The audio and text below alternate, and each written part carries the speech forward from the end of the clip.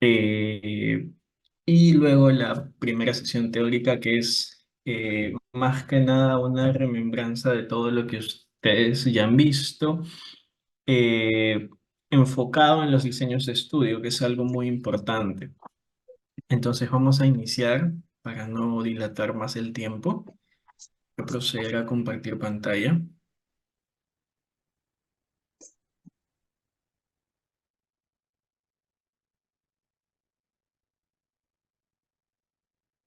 Bien, entonces al culminar la clase les voy a pasar los slides y también el syllabus de la asignatura.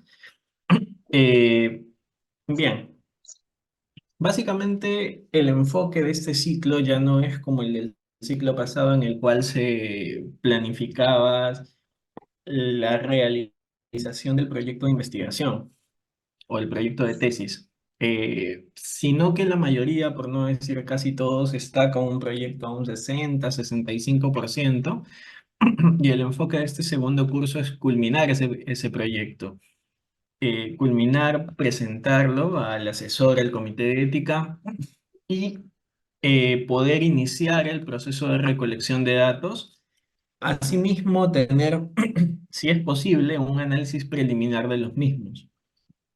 En la parte teórica, eh, igual se divide el curso en tres unidades. La primera relacionada con diseño de investigación y sesgos. Vamos aquí nuevamente a ver algunas cosas de diseño que ya hemos visto en el ciclo pasado. Sin embargo, vamos a profundizar en la parte de poder evidenciar sesgos, evidenciar limitaciones de cada diseño y poder nuevamente reconsiderar si es que mantenemos el mismo diseño o cambiamos, ¿no? Esa es la idea. En la segunda unidad, eh, estaba dedicada únicamente a revisar aspectos estadísticos muy generales y a nivel de una estadística descriptiva, pero ir analizando todo esto en el contexto epidemiológico, es decir, hacer que estos números tengan sentido, no solamente tener los resultados, sino poder darle un sentido epidemiológico, identificar confusores si es que los hay, ¿no? Y ver alguna o algunas estrategias para poder tener un control de estos confusores.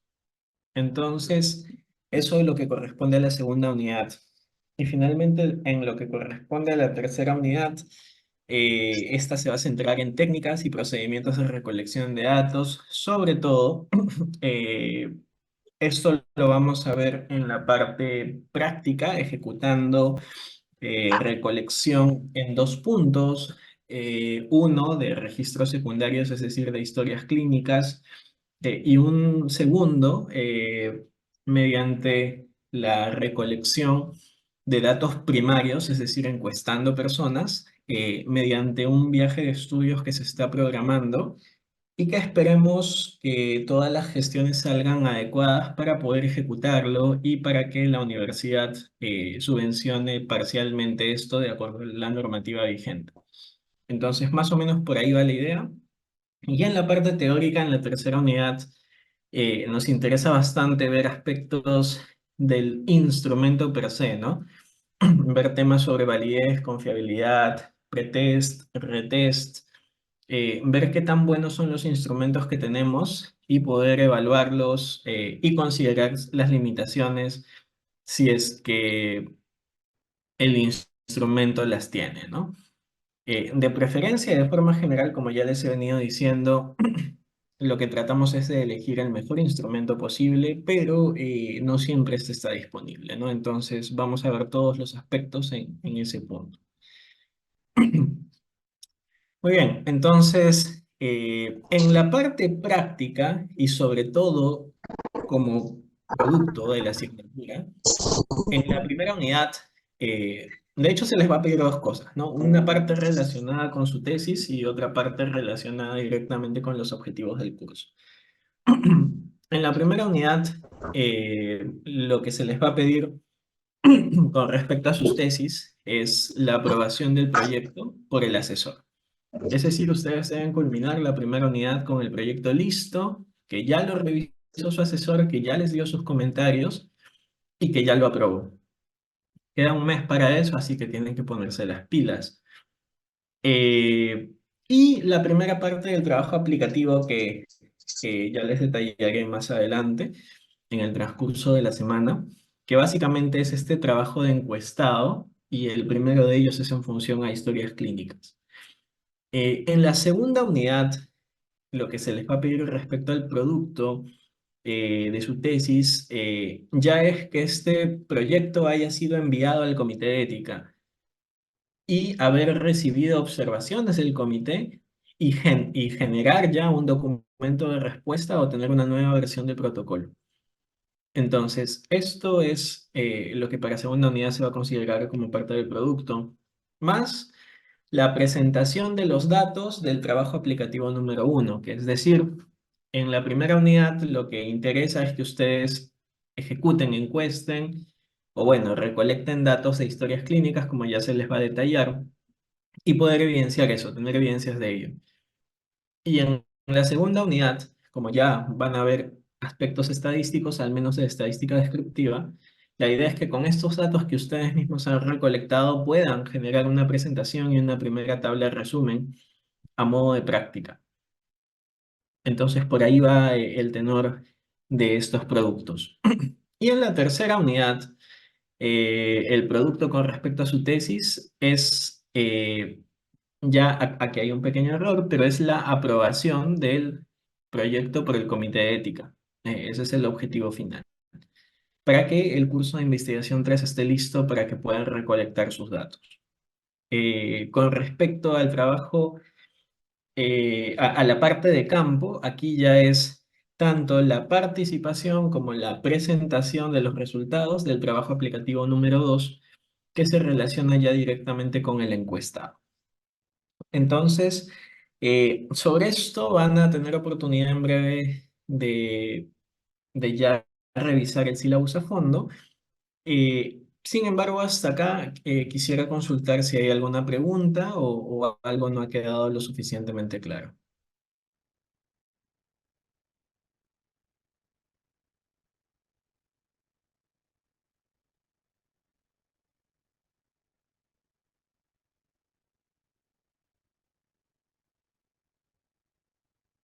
María Fernanda, adelante.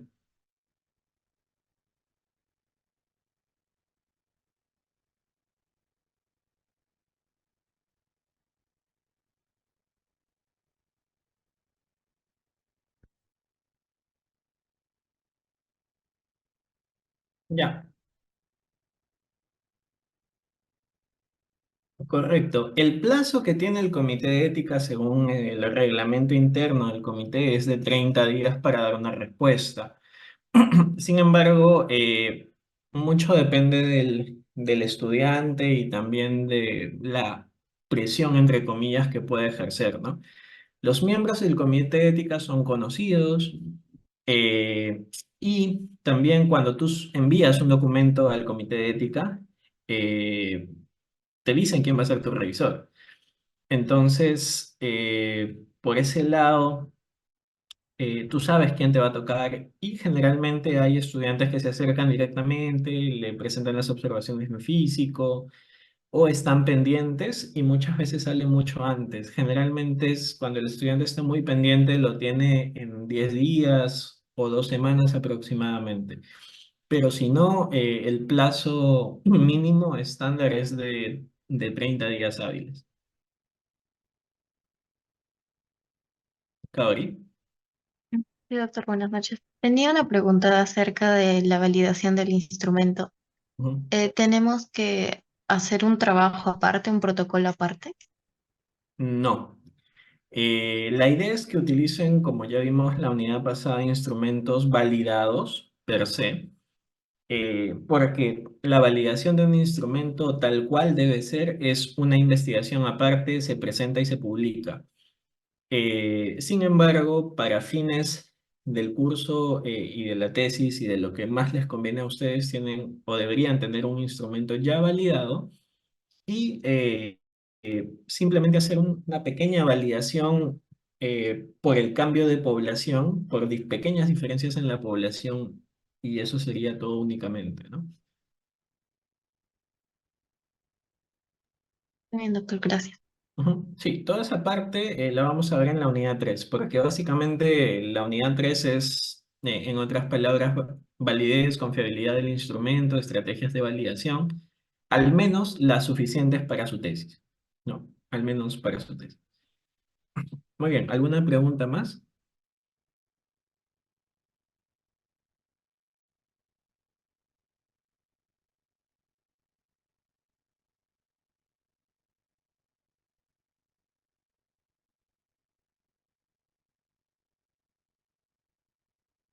Muy bien, entonces voy a proceder a compartir la diapositiva de la primera clase.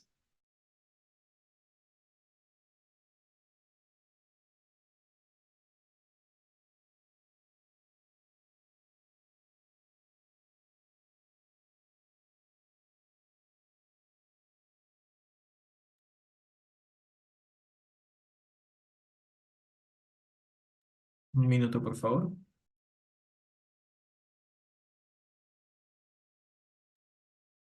Sí, dime.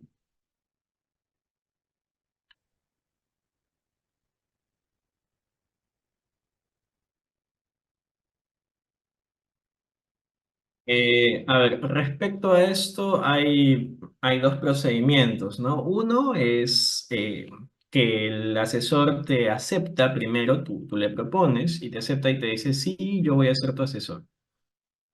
Eh, lo primero es de palabra, ¿no? Lo segundo es que todo este proceso tú lo tienes que formalizar mediante un documento y una resolución. Sin embargo, eso puede demorar. Entonces, con que te haya aceptado de palabra está bien, porque esa resolución, una vez que te aceptó el doctor o la doctora, sí o sí va a salir, es netamente trámite. Pero lo que tiene que pasar es que una vez que te acepte de palabra, tú le presentes al asesor tu tesis, tu proyecto, lo revise, te dé observaciones, te diga cambia esto, esto, esto, tú hagas los cambios, le presentas la nueva versión y te dice, ya, para mí está ok. Entonces, ¿cómo él, eh, o mejor dicho, tú cómo pruebas esto? Con una carta simple, una hoja simple, una hoja simple en la que diga, ¿no? Yo, tal persona, asesor del proyecto titulado tal, estoy conforme con la versión actual del proyecto, ¿no? Y su firma y su sello ahí. Entonces, para fines de primera unidad, lo que ustedes tienen que presentarme es su proyecto con los cambios que les haya indicado el asesor y esa página de firma donde el asesor esté dando su conformidad, ¿no? Para facilitarles esto, les voy a brindar un formato y simplemente reemplazan los nombres del asesor y todo ello. Muy bien, entonces creo que está todo claro. Vamos a iniciar la sesión. Y bueno, si al final queda alguna pregunta, la resolvemos. Bien, el primer tema corresponde a diseños de estudios observacionales 2, 2 únicamente porque vamos a profundizar algunas cosas y enfatizar algunos detalles. No vamos a repetir ya lo que se mencionó en el ciclo pasado porque ya la parte general de los diseños ustedes lo conocen y ya han elegido un diseño para su tesis. Eh, bueno, primero tener mucho cuidado con los términos, eh, porque a veces colocamos, por ejemplo, ¿no? Estudio transversal prospectivo, y esto es incorrecto porque un estudio transversal evalúa en un corte de tiempo, mientras que un estudio prospectivo hace un seguimiento hacia adelante temporalmente, y un estudio retrospectivo hace un seguimiento hacia el pasado. Entonces, hay que tener mucho cuidado, ¿no? En la combinación de estos términos. Entonces, para ese fin, ese es un algoritmo bastante estándar mediante el cual ustedes pueden combinar adecuadamente los términos en la parte de diseño, ¿no? Y esto ya lo hemos visto. eh, y se basa en un algoritmo de preguntas bastante sencillas, ¿no? La primera es, ¿el investigador tuvo control de la exposición? Es lo mismo que decir, ¿el investigador realizó una intervención o se dedicó solamente a observar? ¿No? Si es que sí realiza una intervención, si es que el investigador pone la mano, ¿no? Da el medicamento, es un estudio experimental y estamos aquí en la parte derecha, bueno, izquierda de la pantalla. Y ahí nos hacemos una serie de preguntas totalmente distintas, siendo principalmente la pregunta más importante si es que la asignación de cada sujeto a cada grupo es aleatoria o no. Y en el caso que no lo sea, esto corresponde a un diseño que aquí le ponen ensayo clínico no aleatorizado, pero que según terminología internacional se llamaría estudio cuasi experimental, ¿no? Entonces, por ese lado, es importante esto y algunos van a desarrollar este tipo de estudios, ¿no? Entonces, el diseño aquí sería un estudio de tipo experimental y de diseño cuasi experimental. Por otro lado, si el investigador solamente se dedica a observar, lo que nos interesa saber es, ¿no? ¿Estás comparando dos grupos o solamente tienes un solo grupo de personas? Si tienes un solo grupo de personas, es un estudio descriptivo. Pero si ya comparas dos grupos, por ejemplo, con diabetes, sin diabetes, con enfermedad arterial, sin enfermedad arterial periférica, con complicaciones diabéticas, sin complicaciones diabéticas. Si comparas dos o más grupos, es un estudio analítico, ¿no? Y bueno, de esta línea se desprende lo que ustedes generalmente están haciendo, que es o bien un estudio de cohortes, o bien un estudio de casos y controles, o bien un estudio transversal. ¿Y de qué depende esto? De la simple pregunta, ¿qué es lo que primero yo registro? ¿No? O sea, ¿dónde empieza el estudio? Si es que el estudio empieza en la exposición, y le haces un seguimiento hasta que aparezca o no el desenlace, eso es una cohorte. Para fines prácticos, la palabra clave acá y que no debes olvidar es sanos, ¿no?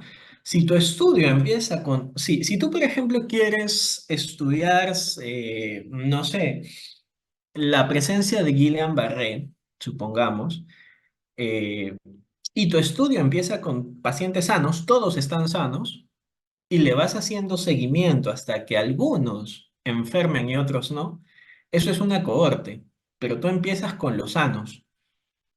Por otro lado, si es que tú dices, no, voy a elegir un grupo con enfermedad y le busco un grupo comparador, ¿no? O sea, empiezas con enfermos. Si tú empiezas ya con enfermos, con pacientes con el desenlace, entonces eso es un casos y controles. Primero, o al momento del inicio del estudio, registras el desenlace, la enfermedad, y después, conforme vas desarrollando el estudio, vas buscando en el pasado, vas buscando en la historia clínica, vas buscando en los antecedentes. Ese es un casos y controles. Por otro lado, si al mismo tiempo evalúas ambos, ese es un estudio transversal. Por ejemplo, ¿no? Quiero saber si los pacientes con diabetes y enfermedad arterial periférica, o mejor dicho, si es que la diabetes y la EAP están relacionadas. Entonces, ¿qué hago? Busco historias clínicas de los pacientes y busco si durante el último año presentaron estos diagnósticos. Y habrá algunos que tengan solo diabetes, otros que tengan solo EAP, otros que tengan ambos. Entonces, en función a esos dos grupos, yo voy evaluando tanto la exposición como el desenlace en el mismo tiempo. Pero aquí la clave es esto, tiempo. En un estudio transversal no hay temporalidad. No hay una relación antes-después. Eso sí ocurre en las cohortes y en los casos y control. Ojo con ese detalle. Ahora, definitivamente, ¿quién tiene mejor evidencia? Una cohorte. En segundo lugar, un estudio de casos y controles. Y por último, la evidencia más baja es de un estudio transversal. Entonces, eso también hay que tenerlo en consideración. Y lo que ya les mencionaba, ¿no? El aspecto clave aquí es la temporalidad, ¿no?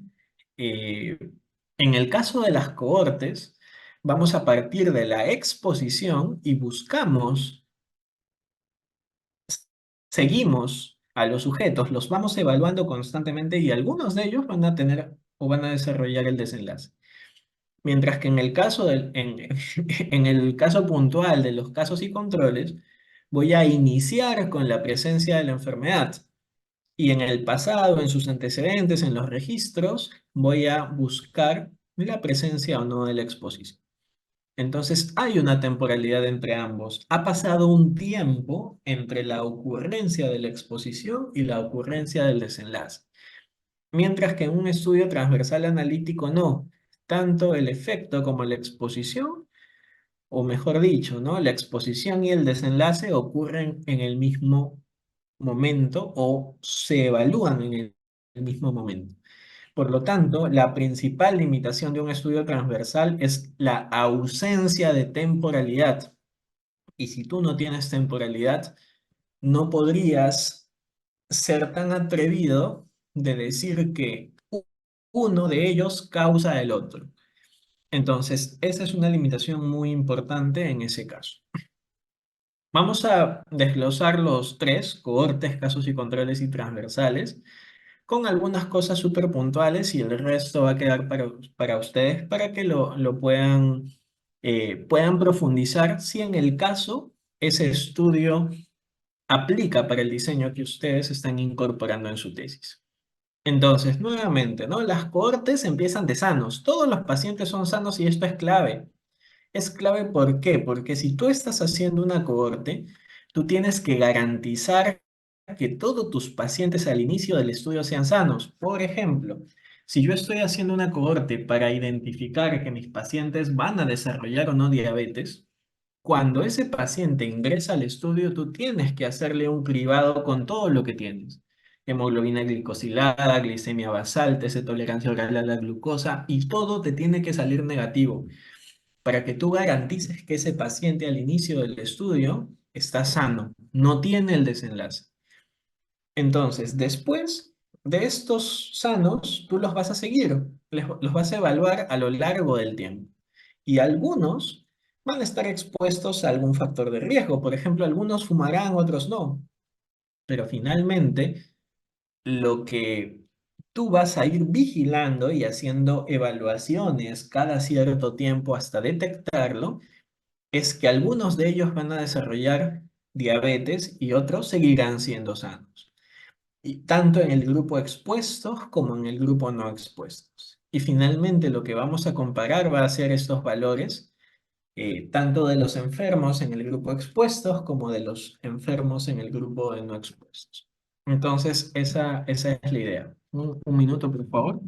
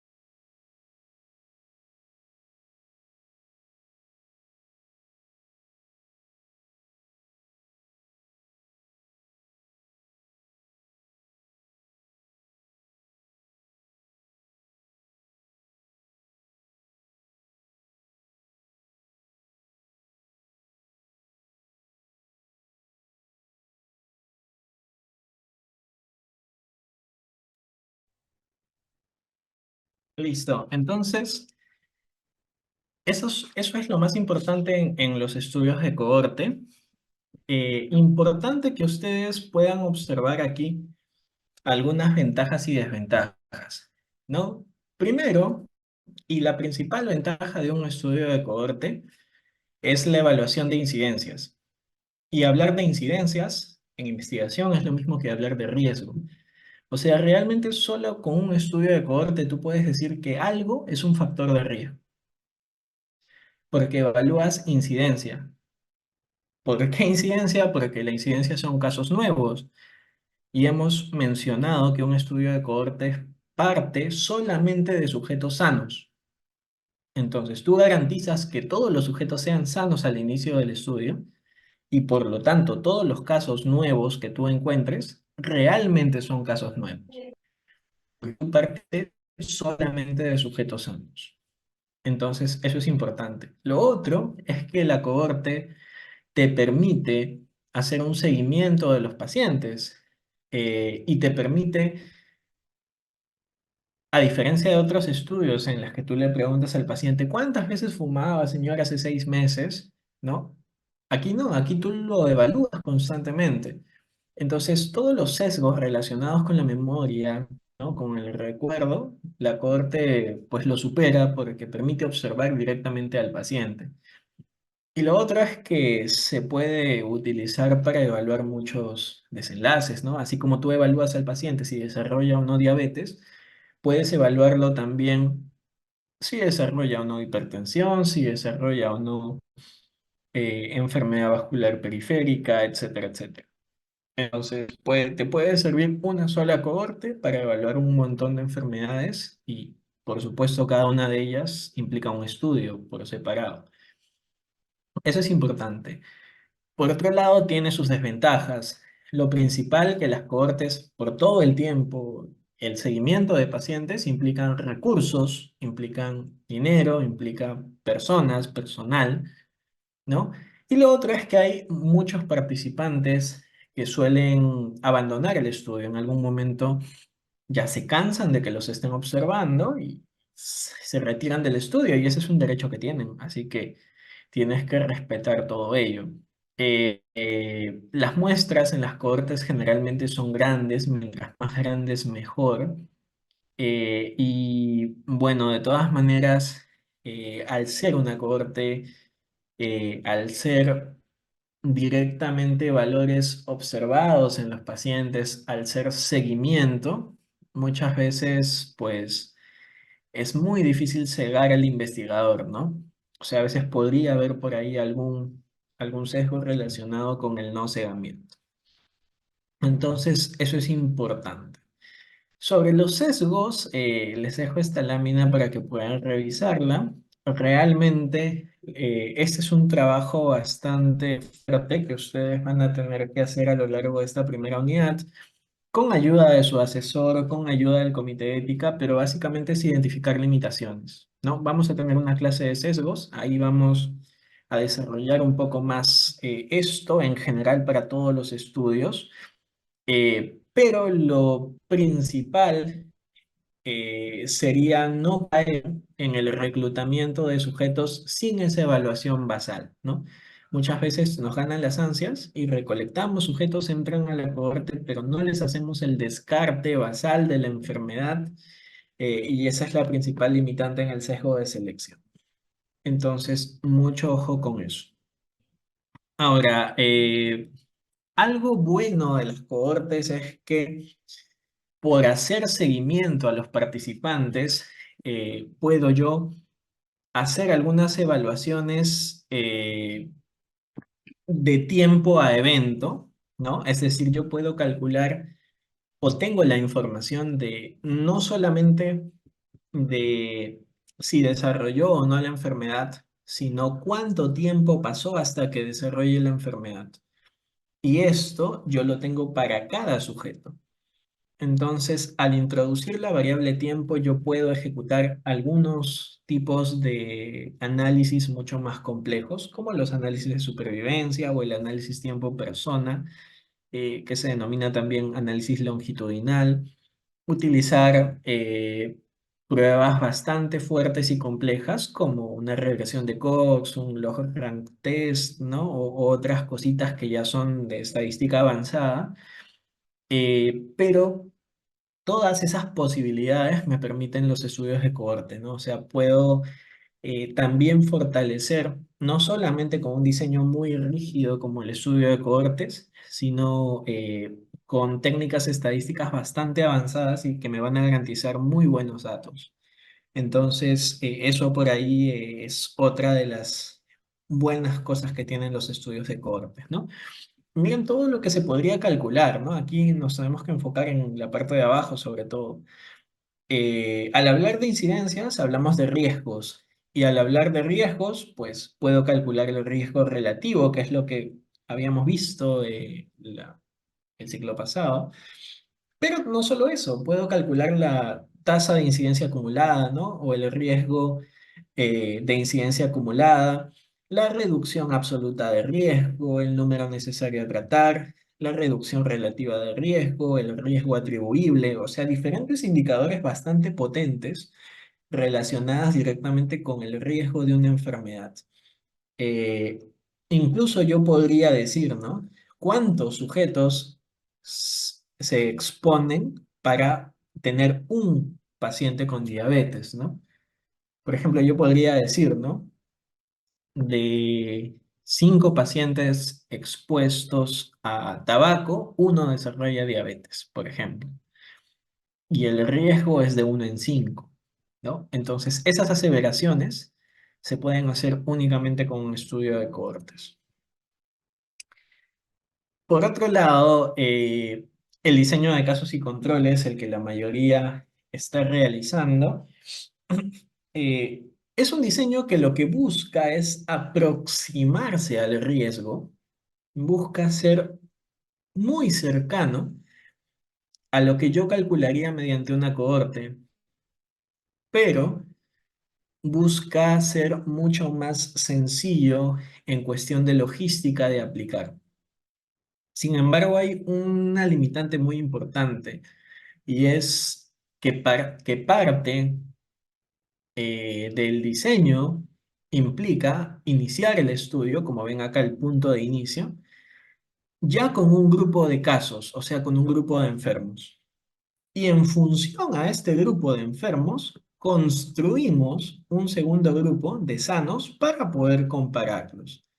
Pero el estudio parte aquí de los enfermos y del grupo de controles que construyamos, vamos a investigar sus antecedentes en el pasado, ¿no? Para poder ver si estuvieron expuestos o no a un factor de riesgo. Factor de riesgo entre comillas, porque la única forma de estar seguros de que es un factor de riesgo es hacer una cohorte. Ahora, ¿cuáles son las ventajas de los estudios de casos y controles? Que son muy accesibles, ¿no? O sea, eh, necesitas, no sé, 40 casos y 80 controles y buscas directamente a estos pacientes, ¿no? Buscas directamente tus casos, tus pacientes enfermos y luego construís tu grupo de controles, tu grupo de sanos. Aquí no estás esperando, ¿no? A ver, tengo 1.000 pacientes y ¿cuántos cada año desarrollarán diabetes? No. Aquí ya todo eso se acortó. Partes de los que ya tienen diabetes. Entonces, por un lado, te ahorras mucho tiempo, mucha logística y identificas rápidamente a tus participantes. Sin embargo, eh, esta ventaja implica también algunas limitaciones que las vamos a ver en un momento. Entonces, la duración es corta, un estudio de casos y controles se hace rapidísimo, ¿no?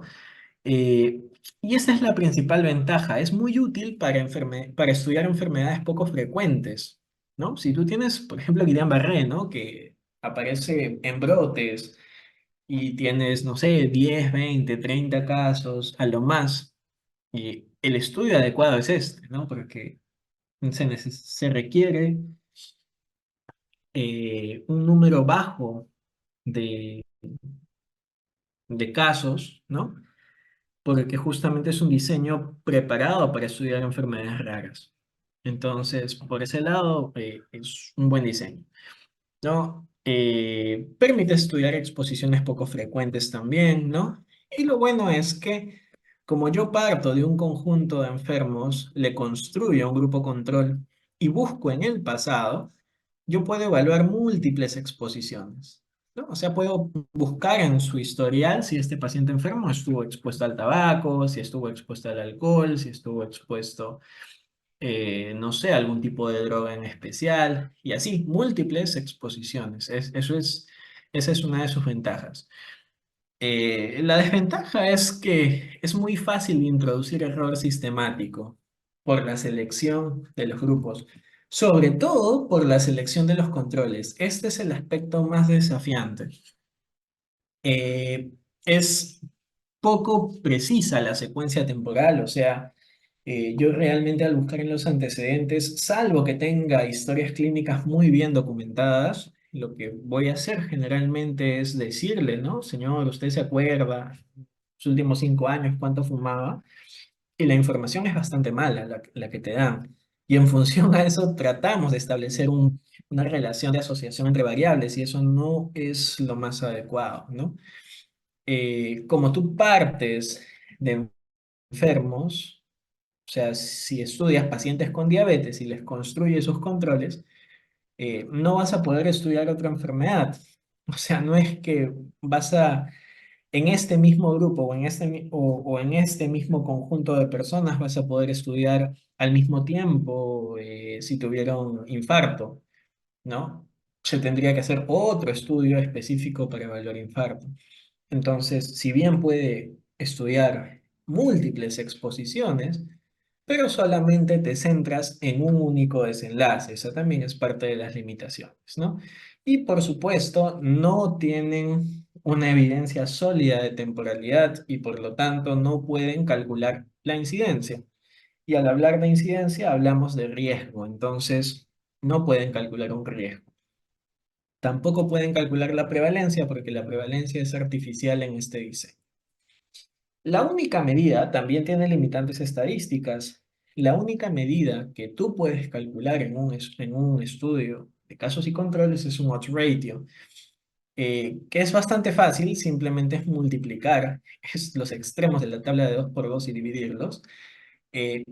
Pero en las condiciones ideales, el odds ratio se acerca mucho a el riesgo relativo, una razón de prevalencias. Sin embargo, también en situaciones no ideales, el odds ratio no me dice casi nada, ¿no? O sea, infla demasiado al riesgo eh, o se aleja demasiado del riesgo. Entonces, así como puede ser una buena estrategia, tampoco es la mejor medida y está muy lejos de serlo. Es una limitante estadística también que tiene este tipo de diseño, ¿no? Entonces, de forma general, ¿no? Como yo empiezo, y esto te lo vengo repitiendo toda la clase y es importante que te acuerdes, primero seleccionas los casos, o sea, si tú quieres pacientes con síndrome de Guillain-Barré, los buscas y conformas tu grupo de casos. Eso es lo primero que ocurre. Y después, de acuerdo a los casos que encuentras, estableces tu grupo de controles. Y aquí puedes adoptar algunas estrategias, ¿no? Y ya, por supuesto, después viene el análisis de los datos. Pero este orden es importante y partimos siempre de enfermos. Iniciamos siempre el estudio en pacientes enfermos. Entonces, ojo con esto. ¿Cuál es el problema o el desafío más importante en controles? Es la selección de los controles. Y generalmente aquí es donde fallamos todos y lo que más observa comité. Sucede que tú dices, por ejemplo, no estoy estudiando pacientes con diabetes.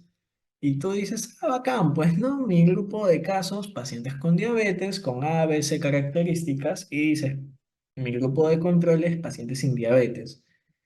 Pero si tú, por ejemplo, estás identificando pacientes con diabetes en un consultorio, estos pacientes serán similares en un conjunto de otras características a, por ejemplo, no sé, pacientes de un asentamiento humano o de una comunidad? Y la respuesta es que no. Generalmente cuando tomamos controles a la población general, esto no sale tan bien. ¿Por qué? Porque la idea de un estudio de casos y controles es que los controles sean lo más parecido posibles a los casos. O sea, si por ejemplo, ¿no? Tienes pacientes con infecciones de transmisión sexual femeninas, tu control no va a ser tal vez una señora de 70 años o una niña de 8 años, ¿no? Si tú te centras, por ejemplo, en mujeres de 15 a 25 años, si ese es tu grupo de estudio, tus controles tienen que tener la edad más cercana posible, ¿no? O tienen que ser del mismo rango de edad. En un mundo ideal, para un caso de una chica de 15 años, deberías tener un control de una chica de 15 años también. Pero a veces esto es bastante laxo, ¿no? Porque a veces nos permitimos cierto margen de error en esto. Entonces, siempre la selección de controles es sumamente pesada en un estudio de casos y controles, pero la premisa es buscar los sujetos que mejor se parezcan a los casos. Entonces, esta es la parte más importante y desafiante y realmente siempre va a necesitar de un apoyo por parte de un asesor o por parte de un método. Muy bien. Un minuto, chicos, me está entrando una llamada, por favor.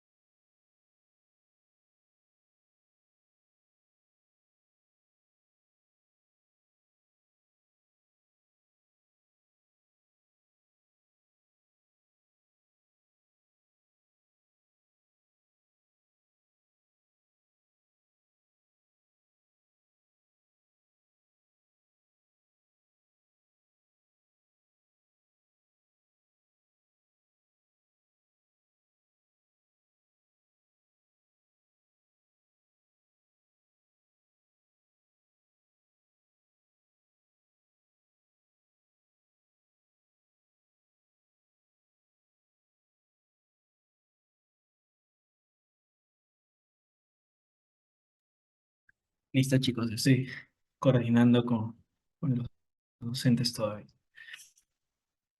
Ya, a ver.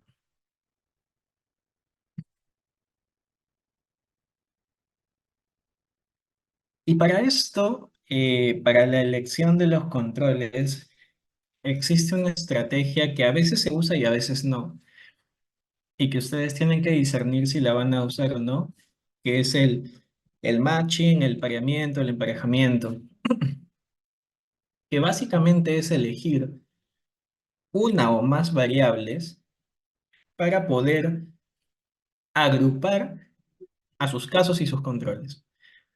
Por ejemplo, en un estudio de casos y controles pareado por sexo, por ejemplo, si tú tienes un caso masculino, tú le tienes que buscar un control masculino. Y si tú tienes un caso femenino, tú le tienes que buscar un control femenino. Se dice pareados por sexo porque forman parejas, ¿no? De ahí viene el término pareamiento. Y ya no estudias tu grupo de casos, tu grupo, versus tu grupo de controles, sino ahora estudias pareja por pareja. Y tú lo que buscas es diferencias entre cada par, ¿no? Por eso se llama pareado. Esto tiene un análisis diferente del casos y controles tradicional. Requiere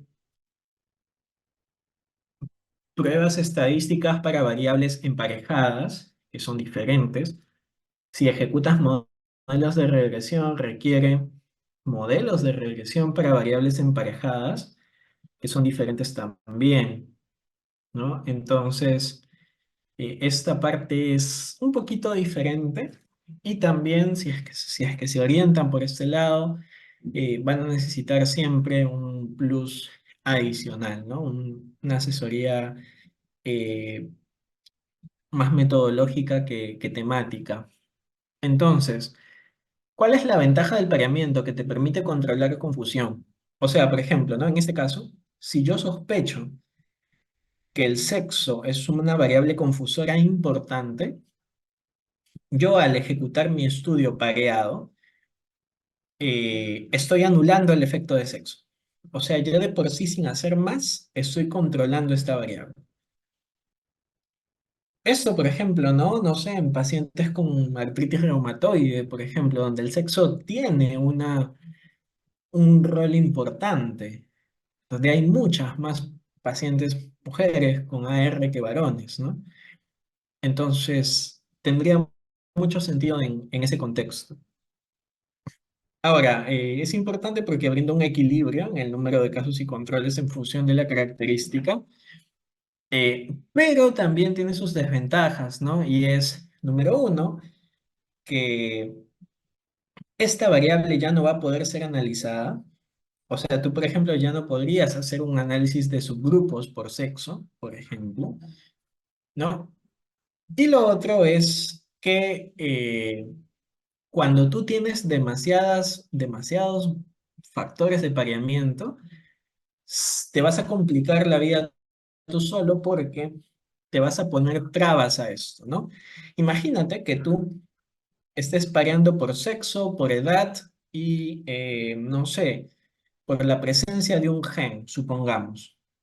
Entonces, si yo tengo un paciente, por ejemplo, varón de 30 años y que tiene una mutación en el gen X, mi control tendría que ser varón también, tendría que tener 30 años y tendría también que tener la mutación de ese gen, con la diferencia de que el caso tiene la enfermedad y el control está sano, ¿no? No tiene la enfermedad. Entonces, que tú encuentres otro varón de 30 años con la mutación de ese gen y que no tenga la enfermedad va a ser sumamente difícil. Entonces, si tú tienes muchas variables de pareamiento, esto te va a complicar la vida a ti mismo al momento de seleccionar a tus pacientes. Muy bien, esta es una tablita donde se resumen algunos aspectos muy puntuales y comparamos los estudios de cohortes y casos y controles principalmente, pero quiero enfatizar que las cohortes son útiles cuando hay exposiciones raras, ¿no? Por ejemplo, si tienes pacientes expuestos a arsénico o a sílice, ¿no? Que no es tan común que digamos, te puede ser muy útil una cohorte y es el estudio observacional que tiene menos sesgo posible, siempre y cuando se ejecute bien. Mientras que los casos y controles sirven mucho cuando tienes enfermedades raras, ¿no? Pero tiene bastante sesgo, entonces hay que tener mucha delicadeza para diseñar adecuadamente un estudio de casos y controles y que éste tenga conclusiones válidas.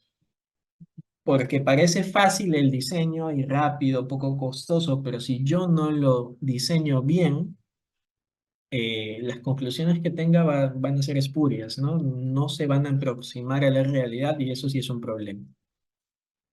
Por último, los estudios transversales, en inglés cross-sectional, lo que hacen justamente es comparan las prevalencias de dos condiciones o de un factor de riesgo, entre comillas, y un desenlace, pero lo comparan en un mismo momento de tiempo, ¿no? Es decir, si yo estoy haciendo un estudio transversal, cojo este grupo de pacientes y los evalúo para diabetes y en simultáneo, este mismo grupo de pacientes los evalúo para enfermedad arterial periférica. Entonces, todo es en simultáneo, es en la misma evaluación. Es, por ejemplo, ¿no? Yo tengo un conjunto de estudiantes de medicina y les doy un cuestionario para ver depresión y un cuestionario para ver, no sé, trastornos alimenticios, ¿no? Y ambas cosas las evalúo en simultáneo. Entonces, ese es el sentido de un estudio transversal. Los estudios transversales son bastante sencillos en su diseño, no tienen mucha ciencia acá tampoco, ¿no? Económicos, se evalúa al mismo tiempo, no tienes que hacer ningún seguimiento, pero son aquellos que tienen la menor evidencia posible, ¿no? Lo único que te dicen es la variable A y la variable B están asociadas, pero no te pueden decir más, ¿no? Tú no puedes decir que una variable causa la otra o que es riesgo de otra, ¿no? Entonces, eso es muy limitante en las conclusiones de este diseño. Puedes evaluar múltiples exposiciones y desenlaces, ¿no? Tú le puedes dar a esos estudiantes de medicina 10 cuestionarios para 10 diferentes cosas y los respondes si es que tú sabes abordarlos. Y aquí no interesa el seguimiento porque no existe un seguimiento per se. Entonces, a todos los que encuestas, posiblemente todos te respondan, ¿no? Salvo que alguno no quiera responder alguna pregunta y también está en su derecho de hacerlo. Las desventajas y la principal es la no temporalidad, ¿no? O sea, aquí no hay un antes y un después. Por lo tanto, si es que hay algunos factores que cambian en el tiempo, va a ser muy difícil evaluarlos. No estima incidencias, ¿no? Y está expuesto a múltiples sesgos. Uno de ellos, el sesgo de Neyman. Dejo como tarea que ustedes lo revisen de qué trata. Pero está expuesto a múltiples diferentes tipos de sesgo. Es el que menos evidencia tiene y es aquel que sus conclusiones son más generales y poco específicas. Entonces, eso por un lado. La no secuencia temporal es lo principal aquí y es donde se tienen que centrar para criticar su propio estudio si es que están haciendo un estudio transversal. Y bueno, eh, concluyo la parte teórica de hoy mencionándoles que lo que les dije una de las primeras clases del ciclo pasado, ¿no? Eh, una misma pregunta de investigación se puede abordar con cualquiera de los diseños, ¿no? Por ejemplo, esta, ¿no? La hipótesis, la respuesta de la pregunta es, ¿no? La obesidad aumenta, incrementa el riesgo de morir por COVID, ¿no? Eso es lo que se plantea el investigador en pacientes profesionales de la salud, ¿no? Entonces, siempre es importante desglosar tu pregunta pico, ¿no? La población profesionales de la salud, la exposición o factor de riesgo, entre comillas, la obesidad. El elemento de comparación serán los no obesos y el desenlace o outcome, los muertos por COVID-19, ¿no? O las muertes por COVID-19.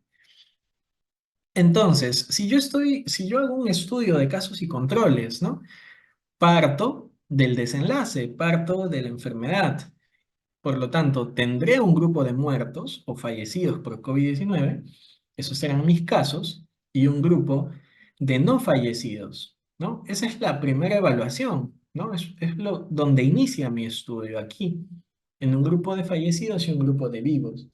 Y dentro de cada grupo yo evalúo en el pasado, en sus antecedentes, en su historia clínica, si fueron obesos o no lo fueron, ¿no? En ambos casos. Por otro lado, si yo tengo un estudio de cohortes, no es así. Parto de pacientes sanos, o sea, todos vivos, pero algunos serán obesos y otros no lo serán, ¿no? Esa es la primera medición. Y en el camino, algunos de ellos van a fallecer y otros no, en ambos grupos, ¿no? Entonces, de esta manera se diseña.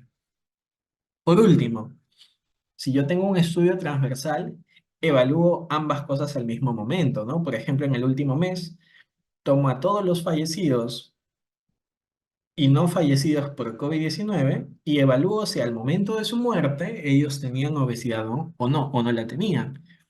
Entonces, en función a eso, voy a armar cuatro grupos, ¿no? Los que fallecieron y tenían obesidad en simultáneo, los que fallecieron pero no tenían obesidad, los vivos que tenían obesidad y los vivos que no eran obesos, ¿no? Pero todo en simultáneo. Entonces, una pregunta de investigación puede abordarse de distintos diseños. Sin embargo, ya es trabajo de cada investigador elegir el diseño que más le convenga en función a lo que puede hacer y a tratar de generar la mejor evidencia posible. Muy bien, eso sería lo correspondiente a la sesión de hoy. Y no sé si hay alguna pregunta por parte de ustedes.